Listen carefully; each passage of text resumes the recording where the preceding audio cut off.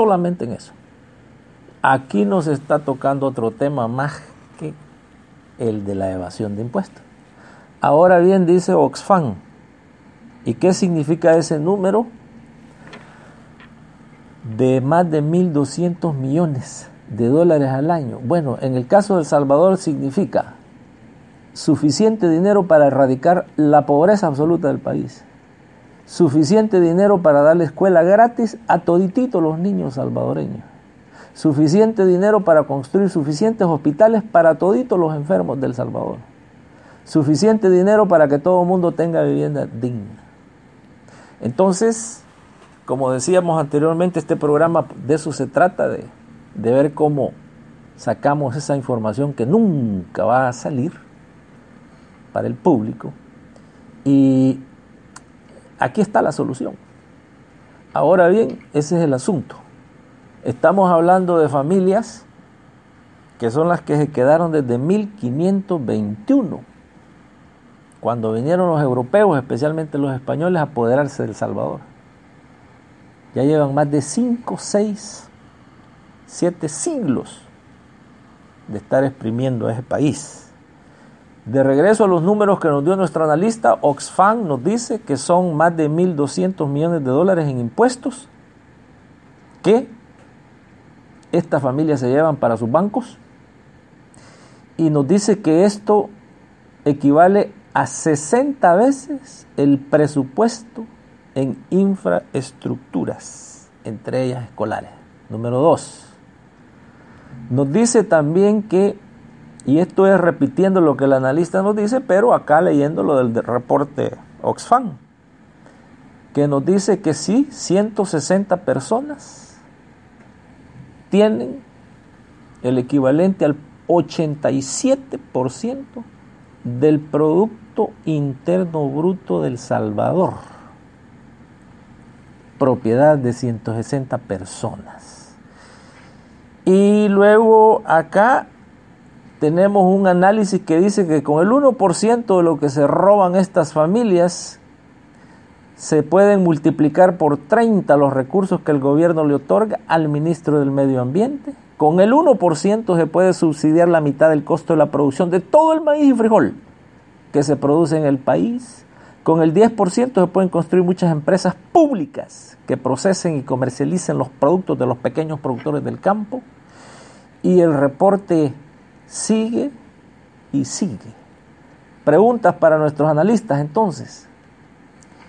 ¿El pueblo salvadoreño tendría que estarse quizás enfocándose en erradicar este cáncer, o está demasiado ocupado contando muertos en este terrorismo de Estado? Adelante. Bueno, eso no es así. Eso no es así. El problema es que, y por eso nosotros hemos empezado desde el principio. Si la gente conoce a fondo lo que estamos hablando, la deuda, los 160 millonarios que son dueños de El Salvador, cuando la gente entiende estas cuestiones va a poder combatirlo. Pero en estos momentos, como tú lo dijiste también, la gente eso lo ignora. Y no podemos luchar por algo si no sabemos por qué estamos luchando, por qué podemos morir, por qué podemos triunfar. Tenemos que entender que no podemos luchar nosotros contra esos grandes capitales sin no saber cómo los vamos a atacar. Aquí, por ejemplo, podemos empezar a hablar de la deuda externa. La deuda externa de El Salvador y de Argentina y de Brasil y de quizás de todo el mundo ha llegado a extremos en que se ha adquirido ilegal e inmoralmente. Cuando nosotros investiguemos las deudas de El Salvador, cuando Argentina investigue las deudas que adquirieron algunos gobiernos, se van a dar cuenta que hubo inmoralidad, hubo ilegitimidad e ilegalidad, inmoralidad. Entonces, decimos, bueno, aquí a nuestros gobiernos algunos los obligaron a que adquirieran deudas. Y claro, la tendencia al robo los hizo que no les importó el pueblo y adquirieron esas deudas.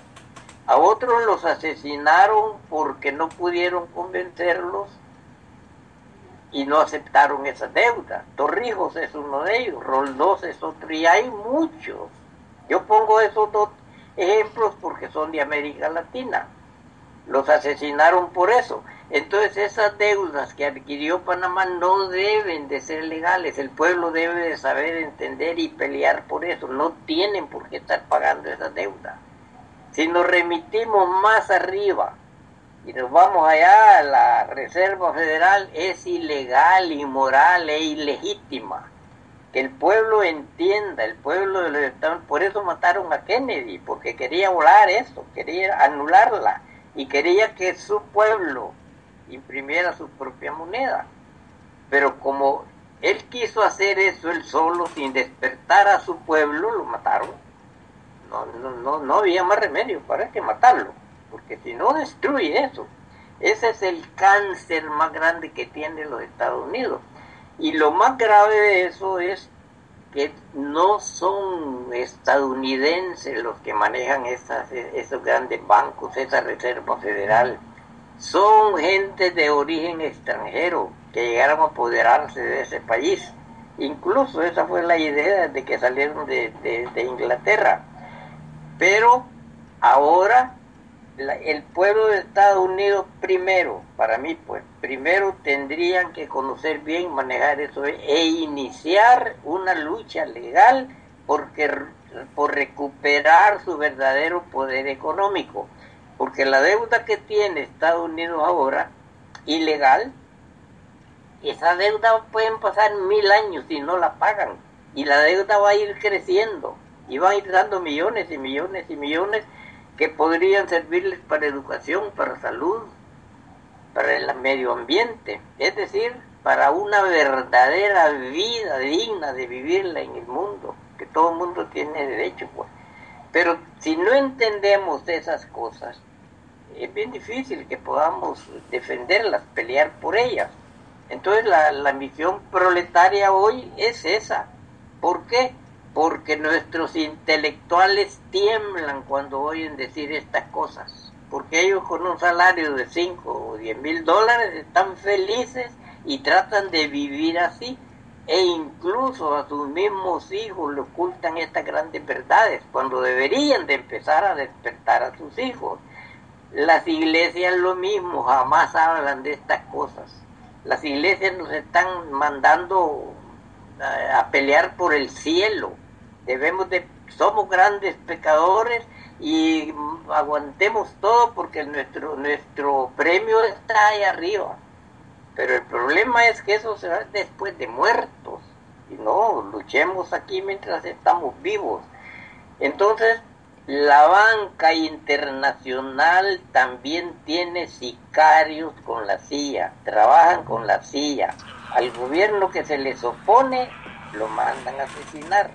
Entonces hay gobiernos que no quieren, que no aceptan esas condiciones onerosas, esa usura que practica esa banca, entonces lo que hacen es matarlos. Y eso ya mencioné yo, 2 presidentes honestos que no quisieron comprometer a su pueblo económicamente, les quitaron la vida. A estas alturas, al saber eso, bueno, esas deudas entonces no son ni moral ni legalmente, esas deudas los pueblos deben de decir no las pagamos. ¿Y qué va a pasar cuando los pueblos digan? Algún día lo van a decir, van a encontrar verdaderos líderes, van a unificar criterios y entonces van a decir, hasta aquí llegamos, las deudas son ilegales, no se pagan.